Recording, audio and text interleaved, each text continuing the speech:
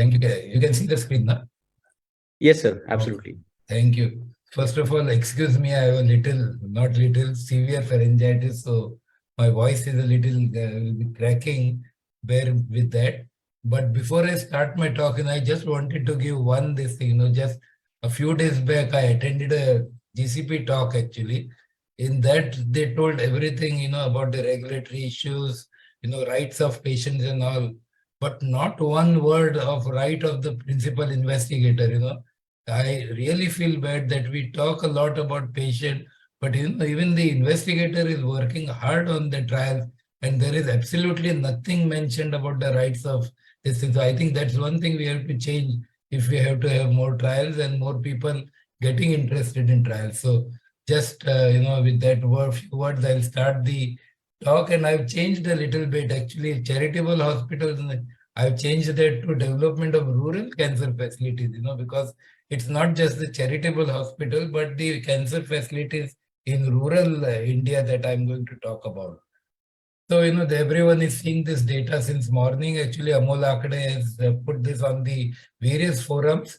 So, we have more than 1.5 million cancer cases already being registered now. And with the increase in number of cases, it has been estimated that more than 2 million cancer cases will be there by 2026. And these are official figures. The unofficial figures may be much more than that. Very importantly, as we know, the Indian population, 35% of the Indian population is urban and 65% is rural. But as we all know, more than 90% of the cancer care facilities are in urban India, and hardly 10 you can count on your fingers the rural cancer facilities, comprehensive, I'm saying, cancer facilities that are available. So, like again, this number put up by Amol since morning, that hardly 22% districts, 22% districts in India have cancer care facilities, and there are many districts like in Mumbai and metropolitan areas where there will be 10, 20, even 30 cancer care facilities. But in rural India, there is very few cancer care available. But we have to actually, the other part of which I already told is that with the increase in number of cancer cases in India, the number of TCCs available in urban India is really increasing a lot. We have excellent, and we even get basically, the foreign tourists who come here for medical tourism to come here and take treatment for cancer. So we have excellent infrastructure, excellent cancer care facilities in the cities, in the metropolitan cities, but very few in rural India. And because of that, if you read the article published by Dr. Dixit from Tata Memorial Center regarding the mortality rates, though the incidence of cancer cases is very low in rural India, the mortality rates are much, much higher in rural India as compared to urban India.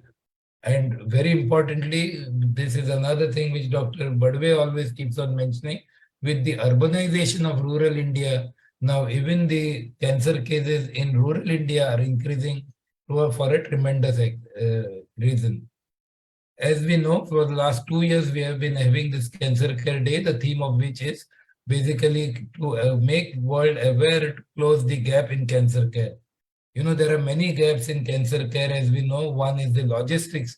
That means the cancer care, available cancer care facilities as compared to the number of patients, at the same time available manpower as compared to the number of patients. So there's a big gap in that which has to be filled. Then there is the affordability gap, those who can afford versus those who cannot. And I think that Dr. Amol will be talking about it in the next talk. So that is another gap. But the third important gap, especially in low, mid and middle income countries, including India, is the gap of cancer care facilities available in rural India as compared to the urban India. And I'm going to talk about this and my experience of working in the Valawalkar Hospital, how we can try to close the gap.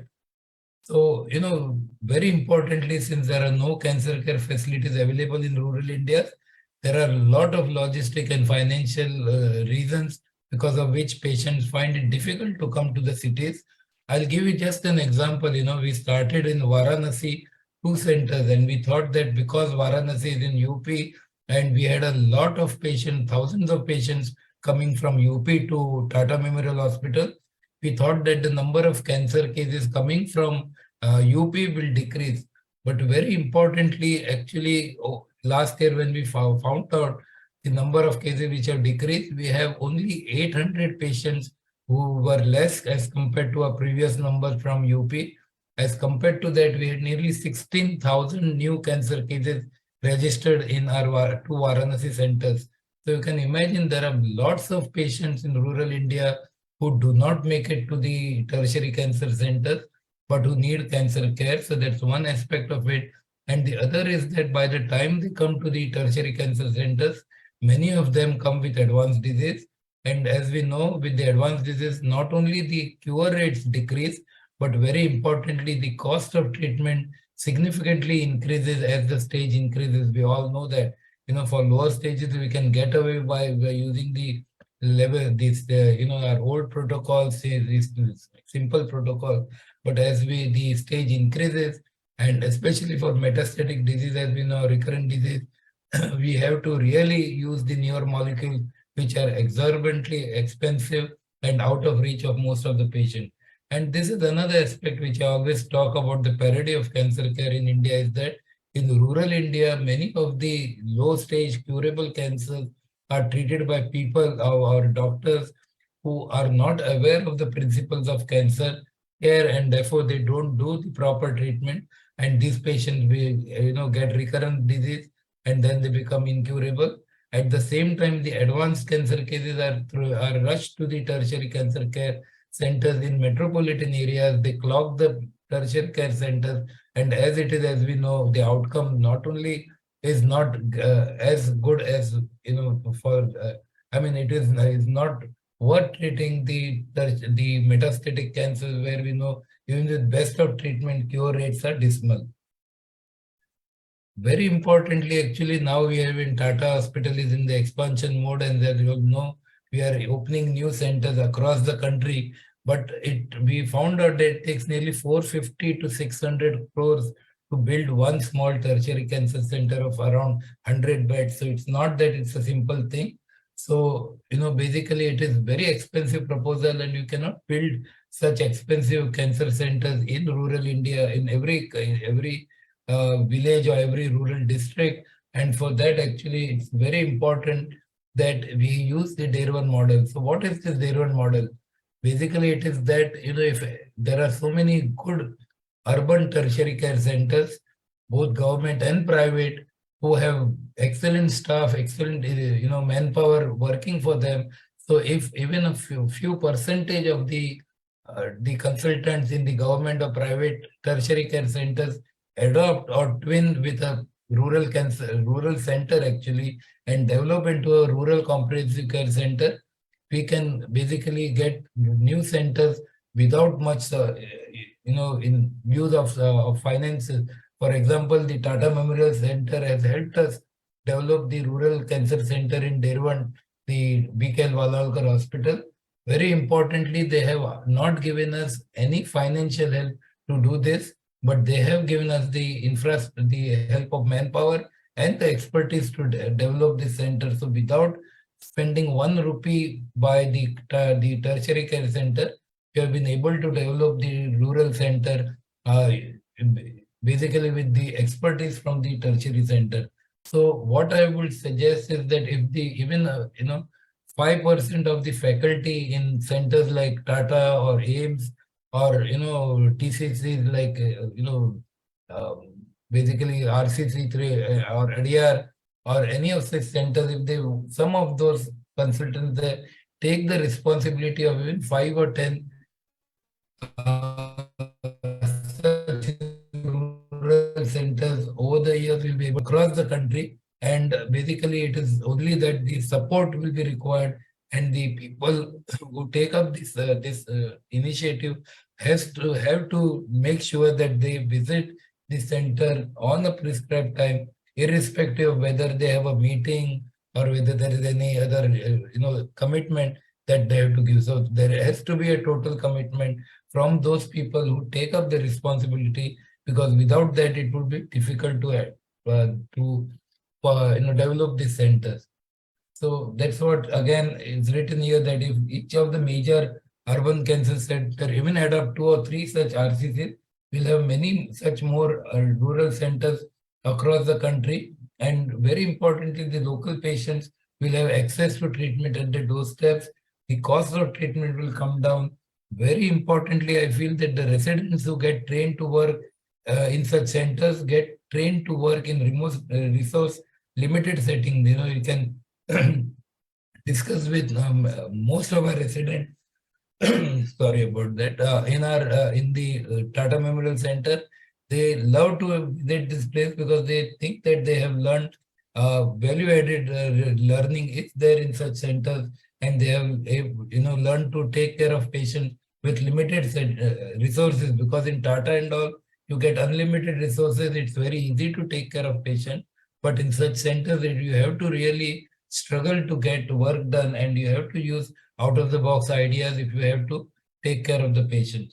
So very importantly, the faculty, the residents may think of novel, non-conventional treatments or ways to treat patients, and this will also encourage creativity, is what I feel basically. And I think the metronomic therapies that I started because we could not use the so-called standard of care in this setting. But now if you see this same metronomic therapies have been now taken over at Tata, and thanks to Vijay, Dr. Kumar and the whole team, that we have been doing so many more studies on metronomic therapies at the main centers, and slowly I think he'll make it as a standard of care for many of the cancers that we treat. So that's one aspect of it. It's easy to tell your colleagues and request your colleagues to go to rural India, come with us, start helping us to take care of patients. But the other aspect of it is that the support, why is Tata Memorial Hospital thronged with thousands of patients? Nobody knows or very few know the doctors who are practicing there. But very importantly, most patients know that if they come to the Tata Memorial Hospital, they will get a lot of support from the hospital, and their treatment will be taken care of. So, and this is because we get lots of support on various NGOs who work with us in the Tata hospital, and along with that the from CSR funds, so that basically they help us to take care of the patients there. So this support is lacking in rural India. Not only that, many of these funds like the Ayushman Bharat and the Mahatma Jyotiba Phule and other funds are not actually given to the rural centers. They require a lot of this thing, and which they say that your center is not eligible to get that. But if government also agrees to give funding to these smaller centers, I think more people will be taken care of in the rural India itself, and they may not have to come to these cities to take treatment. So I request all the NGOs who are involved, who are listening here today, that if you collect 100 rupees for say urban center, please keep 20 rupees at least from that to and donate it to a rural center, so that even the rural patients get help there and they don't have to come to cities. Government has already heard us, so we get most of the funding like Ayushman and MPJY is now given at the BKL Valawalkar Hospital. So we are getting government support now. So this is what I always say, that the war cannot be won with general alone, that is the tertiary care centers. We also need the foot soldiers if we have to win the war. And for that, we need to develop more rural cancer, comprehensive cancer centers, so that the comprehensive cancer treatment is given in the rural patients at their doorsteps, which will help us to better take care of the patients, not only in rural India, but also since they will stop, basically from the tertiary care centers, we'll have more, less number of patients in the tertiary care centers, so that we can take better care of the patient there. This is just, I wanted to show that when we analyze the data of consecutive, mind you, not on those on studies or anything, but consecutive patients registered in the BKL Valawalkar Hospital sometime back, we had nearly 44% of those patients are alive at more than 4 years. So this is, I think, is better than, I would say, of what we are doing in Tata Hospital, because we never talk about consecutive patients and we just talk about patients on studies. So I think this is something which I really feel proud about, because we have been able to give good care for patients in the rural setting. And this is what I end my talk with, a quote from Muhammad Ali, that service to others is the rent you pay for your room here on earth. So I would request many of my colleagues to pick up even one center in each one, or if 5% of them pick up one center in rural part of the country, we will be able to do much more better service to our patients. Thank you very much. And thank you, Kumar and Vijay, for giving this opportunity to talk on the subject. Thank you so much, sir. And you are always a lighthouse to most of the people who are working in the oncology domain and connect with patients. You are seen as a inspiration for the compassion towards the cancer patients.